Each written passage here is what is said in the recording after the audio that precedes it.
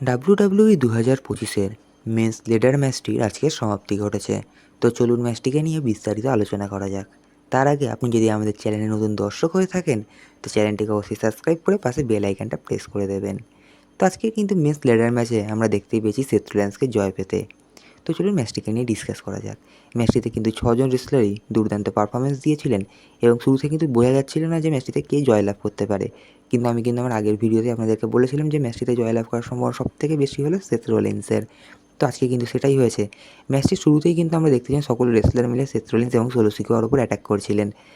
কারণ বেটিং অডসের দিক থেকে দেখতে গেলে ম্যাচটিতে কিন্তু দুজন রেসলারের মধ্যে একজনের জয়লাভ করার সম্ভাবনা সবথেকে বেশি ছিল।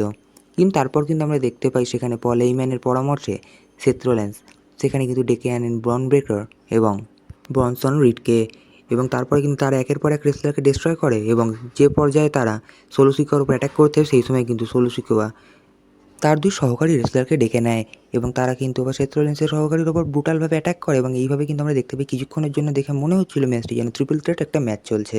তো তারপরে আবার যখন নর্মাল পর্যায়ে চলে সেই সময় কিন্তু আবার দেখতে পাই সোলো সিকোয়া যখন একদম ল্যাডারের ওপর উঠে মানি ইন দ্য ব্যাংকটিকে হাতে নিয়ে নেবে এরকম অবস্থায় সেই সময় কিন্তু জেকব ফাদু তাকে বাধা দেয় এবং সেখানে কিন্তু তিনি সোলো সিকোয়ার ওপর বলেন যে আই হেট সোলো। অর্থাৎ এর দ্বারা কিন্তু বোঝা যাচ্ছে ব্লাড লাইন টিমটা আবার নতুনভাবে ভাঙতে চলেছে এবং এখান থেকে কিন্তু এটাই সুযোগ নিয়ে সেথ রোলিন্স অনায়াসে ল্যাডারের ওপর চড়ে এবং মানি ইন দ্য ব্যাংকটি আবার জয়লাভ করে নেয় এবং এই নিয়ে কিন্তু তিনি সেকেন্ডবার মানি ইন দ্য ব্যাংকটি জয়লাভ করলেন। তো যেরকম আন্দাজ করা গেছিলো সেই রকমই কিন্তু কিছুটা হয়েছে। তো এবার দেখা যাক ডাব্লিউডাব্লিউই এর স্টোরি লাইনটা কীভাবে বিল্ড আপ করতে চলেছে।